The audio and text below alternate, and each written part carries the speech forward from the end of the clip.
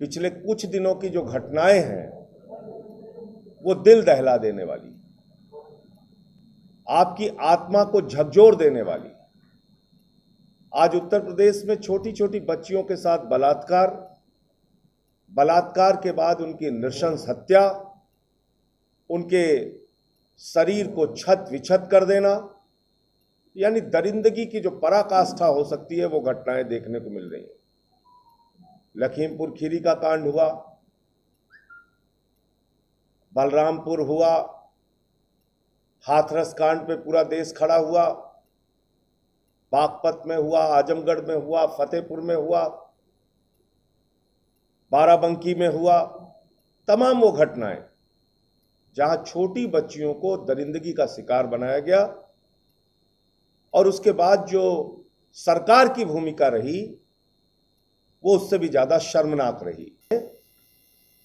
जातियां देखकर न्याय दिया जा रहा है। बलात्कारी की जाति देखी जा रही है, हत्यारे की जाति देखी जा रही है, गुंडे और माफिया की जाति देखी जा रही है। और हम लोगों ने देखा कि किस बेशर्मी के साथ हाथरस के कांड में बलात्कारियों के पक्ष में पूरी की पूरी योगी आदित्यनाथ की सरकार खड़ी रही।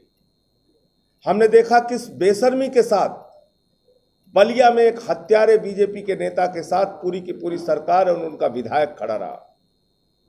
उत्तर प्रदेश में आम आदमी पार्टी को जातियों की नहीं, जनता की सरकार चाहिए और इस बात को लेकर हम पूरे प्रदेश में अपना संदेश पहुंचाने की कोशिश कर रहे हैं। आदित्यनाथ जी के राज में ऐसी ऐसी शर्मनाक घटनाएं हुई।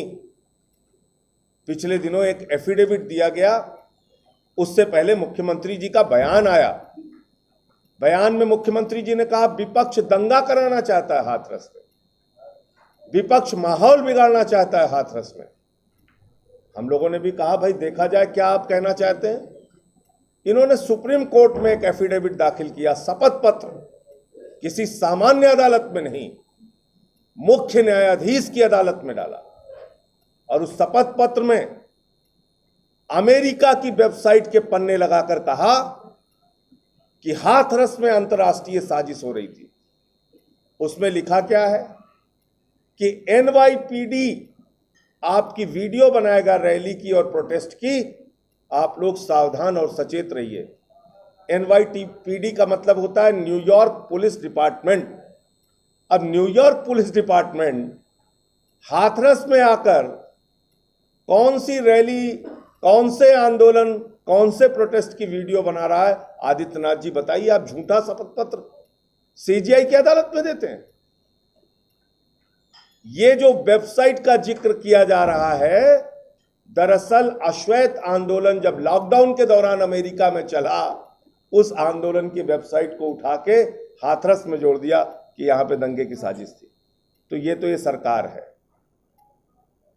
कोरोना से पूरा देश महामारी में जूझता रहा। उत्तर प्रदेश में भी कोरोना की महामारी से लोगों की जान गई, लेकिन प्रधानमंत्री जी ने कहा था आपदा में अवसर तलाशिए। आदित्यनाथ जी ने आपदा में अवसर तलाशा। 800 का ऑक्सीमीटर 5000 में मिला, 1600 का थर्मोमीटर 13000 में खरीदा गया।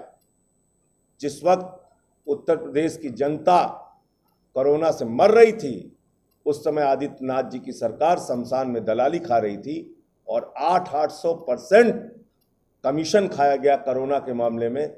इससे ज्यादा शर्मनाक कोई बात नहीं हो सकती।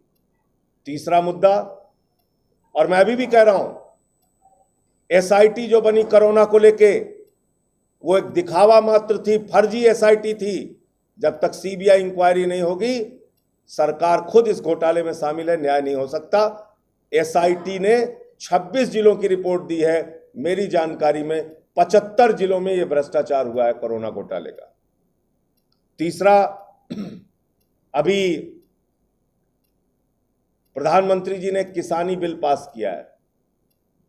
उन तीनों कृषि बिल में एमएसपी का एक शब्द नहीं कहीं लिखा हुआ है और इसीलिए हम लोगों ने उस बिल का विरोध किया कि इस बिल के आने के बाद देश भर में एमएसपी खत्म हो जाएगी।